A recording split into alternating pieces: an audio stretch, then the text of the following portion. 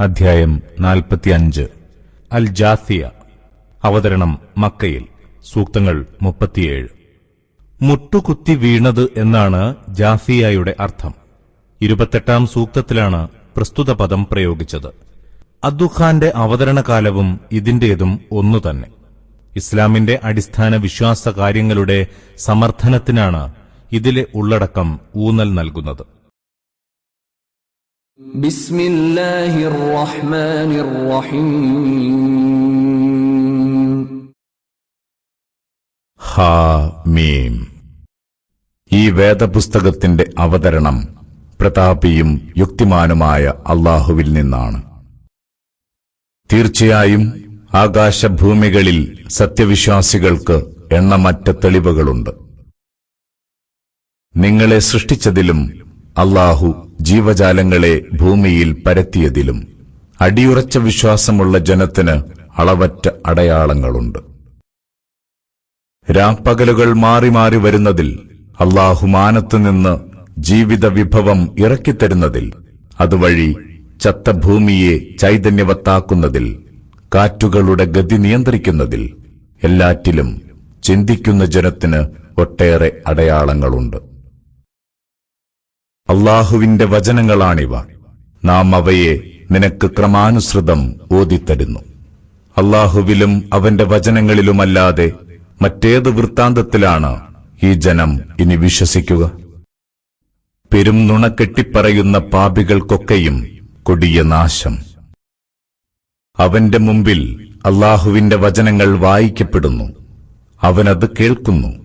എന്നിട്ടും അത് കേട്ടിട്ടില്ലെന്ന മട്ടിൽ അഹന്ത നടിച്ച് പഴയ പോലെ തന്നെ സത്യനിഷേധത്തിൽ ഉറച്ചു നിൽക്കുന്നു. അതിനാൽ അവനെ വേദനയേറിയ ശിക്ഷയെ സംബന്ധിച്ച സുവാർത്ത അറിയിക്കുക. നമ്മുടെ വചനങ്ങളിൽ വല്ലതും അവൻ അറിഞ്ഞാൽ ഉടനെ അവൻ അതിനെ പുച്ഛിക്കുന്നു. അത്തരക്കാർക്ക് ഉറപ്പായും ഏറ്റവും നിന്ദ്യമായ ശിക്ഷയുണ്ട്. അവരെ പിന്തുടരുന്നത് കത്തിപ്പടരുന്ന തീയാണ്. അവർ നേടിയതൊന്നും അവർക്ക് ഉപകരിക്കുകയില്ല. അല്ലാഹുവല്ലാത്ത അവർ കൊണ്ടു നടക്കുന്ന രക്ഷാധികാരികളാരും അവർക്കൊരിക്കലും പ്രയോജനപ്പെടുകയുമില്ല. അവർക്ക് കടുത്ത ശിക്ഷയുണ്ട്. ഈ ഖുർആൻ വഴികാട്ടിയാണ്. തങ്ങളുടെ നാഥന്റെ വചനങ്ങളെ തള്ളിപ്പറയുന്നവർക്ക് വേദനയേറിയ ഹീനമായ ശിക്ഷയുണ്ട്. അല്ലാഹുവാണ് നിങ്ങൾക്ക് കടലിനെ കീഴ്പ്പെടുത്തി തന്നത്. അവന്റെ കൽപ്പനപ്രകാരം അതിൽ കപ്പലോട്ടാൻ, നിങ്ങൾ അവന്റെ മഹത്തായ അനുഗ്രഹങ്ങൾ പരതാനും നിങ്ങൾ നന്ദിയുള്ളവരായെങ്കിലോ. ആകാശഭൂമികളിലുള്ളതൊക്കെയും അവൻ നിങ്ങൾക്ക് അധീനപ്പെടുത്തി തന്നിരിക്കുന്നു. എല്ലാം അവനിൽ നിന്നുള്ളതാണ്. തീർച്ചയായും ചിന്തിക്കുന്ന ജനത്തിന് ഇതിലൊക്കെയും ധാരാളം തെളിവുകളുണ്ട്. സത്യവിശ്വാസികളോട് പറയൂ, അല്ലാഹുവിന്റെ ശിക്ഷയുടെ നാളുകളെ പ്രതീക്ഷിക്കാത്ത സത്യനിഷേധികളോട് അവർ വിട്ടുവീഴ്ച കാണിക്കട്ടെ. ഓരോ ജനതയ്ക്കും അവർ നേടിയെടുത്തതിന്റെ ഫലം നൽകാൻ അല്ലാഹുവിന് തന്നെ അവസരമുണ്ടാകാൻ. ആരെങ്കിലും നന്മ ചെയ്താൽ അതിന്റെ ഗുണം അവനു തന്നെയാണ്. വല്ലവനും തിന്മ ചെയ്താൽ അതിന്റെ ദോഷവും അവനു തന്നെ. പിന്നെ നിങ്ങളൊക്കെ മടക്കപ്പെടുക നിങ്ങളുടെ നാഥങ്കലേക്കാണ്. തീർച്ചയായും നാം ഇസ്രായേൽ മക്കൾക്ക് വേദപുസ്തകമേകി, ആധിപത്യവും പ്രവാചകത്വവും നൽകി, ഉത്തമ വസ്തുക്കളിൽ നിന്ന് അന്നം നൽകി. ലോകത്ത് നാം അവരെ മറ്റാരെക്കാളും ശ്രേഷ്ഠരാക്കുകയും ചെയ്തു. അവർക്കു നാം എല്ലാ കാര്യങ്ങളിലും വ്യക്തമായ പ്രമാണങ്ങൾ നൽകി. വിജ്ഞാനം വന്നെത്തിയ ശേഷം മാത്രമാണ് അവർ ഭിന്നിച്ചത്. അവർക്കിടയിലെ കിടമത്സരം കാരണമായാണത്. അവർക്കിടയിൽ അഭിപ്രായ ഭിന്നതയുള്ള കാര്യങ്ങളിൽ നിന്റെ നാഥൻ ഉയിർത്തെഴുന്നേൽപ്പ് നാളിൽ വിധി തീർപ്പ് കൽപ്പിക്കുന്നതാണ്. പിന്നീട് നിന്നെ നാം ഇക്കാര്യത്തിൽ വ്യക്തമായ നിയമവ്യവസ്ഥയിലാക്കിയിരിക്കുന്നു. അതിനാൽ നീ ആ മാർഗം പിന്തുടരുക. വിവരമില്ലാത്തവരുടെ തന്നിഷ്ടങ്ങളെ പിൻപറ്റരുത്. അല്ലാഹുവിൽ നിന്നുള്ള ഒരു കാര്യത്തിലും നിനക്കൊരുപകാരവും ചെയ്യാൻ അവർക്കാവില്ല. തീർച്ചയായും അക്രമികൾ പരസ്പരം സഹായികളാണ്.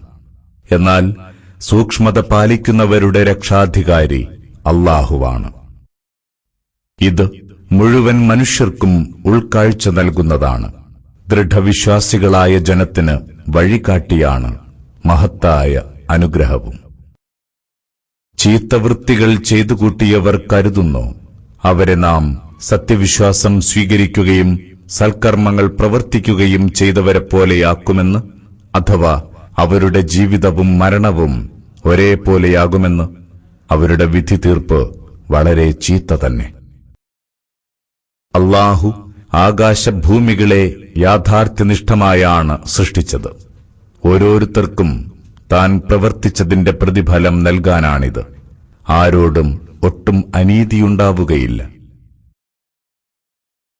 തന്റെ ദേഹേച്ഛയെ ദൈവമാക്കിയവനെ നീ കണ്ടോ? അല്ലാഹു അവനെ അറിഞ്ഞുകൊണ്ടുതന്നെ വഴികേടിലാക്കിയിരിക്കുന്നു. അവന്റെ കാതിനും മനസ്സിനും മുദ്രവച്ചിരിക്കുന്നു, കണ്ണുകൾക്ക് മൂടിയിട്ടിരിക്കുന്നു. അപ്പോൾ അല്ലാഹുവെ കൂടാതെ അവനെ നേർവഴിയിലാക്കാൻ ആരുണ്ട്? എന്നിട്ടും നിങ്ങളൊട്ടും ചിന്തിച്ചറിയുന്നില്ലേ? അവർ പറഞ്ഞു, നമ്മുടെ ഈ ലോക ജീവിതമല്ലാതെ ജീവിതമില്ല. നാം മരിക്കുന്നു, ജീവിക്കുന്നു. കാലം മാത്രമാണ് നമ്മെ നശിപ്പിക്കുന്നത്. യഥാർത്ഥത്തിൽ അവർക്ക് അതേപ്പറ്റി ഒരു വിവരവുമില്ല. അവർ ഊഹിച്ചു പറയുകയാണ്. നമ്മുടെ വചനങ്ങൾ അവരെ വ്യക്തമായി വായിച്ചു കേൾപ്പിച്ചാൽ അവർക്ക് ന്യായവാദമായി പറയാനുള്ളത് ഇതുമാത്രമായിരിക്കും. നിങ്ങൾ ഞങ്ങളുടെ പിതാക്കളെ ജീവിപ്പിച്ചു കൊണ്ടുവരിക, നിങ്ങൾ സത്യവാദികളെങ്കിൽ. പറയുക, അല്ലാഹുവാണ് നിങ്ങളെ ജീവിപ്പിക്കുന്നത്. പിന്നെ നിങ്ങളെ അവൻ മരിപ്പിക്കും. പിന്നീട് ഉയിർത്തെഴുന്നേൽപ്പ് നാളിൽ നിങ്ങളെ അവൻ ഒരുമിച്ചു കൂട്ടും. ഇതിലൊട്ടും സംശയമില്ല. എന്നാൽ മനുഷ്യരിലേറെ പേരും ഇതറിയുന്നില്ല. ആകാശഭൂമികളുടെ ആധിപത്യം അല്ലാഹുവിനാണ്. ആ അന്ത്യസമയം വരുന്നാളിൽ അസത്യവാദികൾ കൊടിയ നഷ്ടത്തിലായിരിക്കും. അന്ന് ഓരോ സമുദായവും മുട്ടുകുത്തി വീണുകിടക്കുന്നതായി നിനക്ക് കാണാം. എല്ലാ ഓരോ സമുദായത്തെയും തങ്ങളുടെ കർമ്മരേഖ നോക്കാൻ വിളിക്കും. നിങ്ങൾ പ്രവർത്തിച്ചു കൊണ്ടിരുന്നതിന് ഇന്ന് നിങ്ങൾക്ക് പ്രതിഫലം നൽകും. നമ്മുടെ കർമ്മരേഖ ഇതാ. ഇത് നിങ്ങൾക്കെതിരെ സത്യം തുറന്നു പറയും. നിങ്ങൾ ചെയ്തുകൊണ്ടിരുന്നതെല്ലാം നാം കൃത്യമായി എഴുതിയെടുപ്പിക്കുന്നുണ്ടായിരുന്നു. സത്യവിശ്വാസം സ്വീകരിക്കുകയും സൽക്കർമ്മങ്ങൾ പ്രവർത്തിക്കുകയും ചെയ്തവരെ അവരുടെ നാഥൻ തന്റെ കാരുണ്യവലയത്തിൽ പ്രവേശിപ്പിക്കും. വ്യക്തമായ വിജയവും അതുതന്നെ. മറിച്ച് സത്യത്തെ തള്ളിപ്പറഞ്ഞവരോ അവരോടിങ്ങനെ പറയും, എന്റെ വചനങ്ങൾ നിങ്ങൾക്ക് വ്യക്തമായി ഓതി കേൾപ്പിച്ചു തന്നിരുന്നില്ലേ? എന്നിട്ടും നിങ്ങൾ അഹങ്കരിച്ചു. നിങ്ങൾ കുറ്റവാളികളായ ജനമായി തീർന്നു. തീർച്ചയായും അല്ലാഹുവിന്റെ വാഗ്ദാനം സത്യം തന്നെ. ആ അന്ത്യദിനത്തിന്റെ കാര്യത്തിലൊട്ടും സംശയമില്ല എന്ന് പറഞ്ഞാൽ നിങ്ങൾ പറയും, ഞങ്ങൾക്കറിയില്ലല്ലോ എന്താണ് ഈ അന്ത്യദിനമെന്ന്. ഞങ്ങൾക്ക് ഊഹം മാത്രമേയുള്ളൂ. ഞങ്ങൾക്ക് ഇക്കാര്യത്തിലൊരുറപ്പുമില്ല. അവർ ചെയ്തുകൊണ്ടിരുന്ന ദുർവൃത്തികളുടെ ദുരന്തഫലം അവർക്ക് വെളിപ്പെടുക തന്നെ ചെയ്യും. അവർ പരിഹസിച്ച് അവഗണിച്ച ശിക്ഷ അവരെ വലയം ചെയ്യും. അപ്പോൾ അവരോട് പറയും, ഈ ദിനത്തെ അഭിമുഖീകരിക്കേണ്ടി വരുമെന്ന കാര്യം നിങ്ങൾ മറന്നിരുന്ന പോലെ തന്നെ നിങ്ങളെ നാമും ഇന്ന് മറന്നിരിക്കുന്നു. നിങ്ങളുടെ താവളം ആളിക്കത്തുന്ന നരകത്തീയാണ്. നിങ്ങളെ സഹായിക്കാൻ ആരുമുണ്ടാവുകയില്ല. അല്ലാഹുവിന്റെ വചനങ്ങളെ നിങ്ങൾ പുച്ഛിച്ചു തള്ളി. ഐഹിക ജീവിതം നിങ്ങളെ വഞ്ചിച്ചു. അതിനാലാണിങ്ങനെ സംഭവിച്ചത്. ഇന്ന് അവരെ നരകത്തീയിൽ നിന്ന് പുറത്തു ചാടാൻ അനുവദിക്കുകയില്ല. അവരോട് പ്രായശ്ചിത്തത്തിന് ആവശ്യപ്പെടുകയുമില്ല.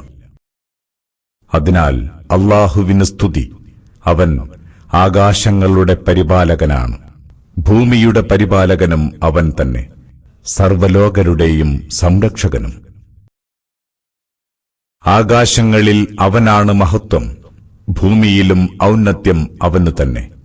ഏറെ പ്രതാപിയാണ് അവൻ. അതീവ യുക്തിമാനും.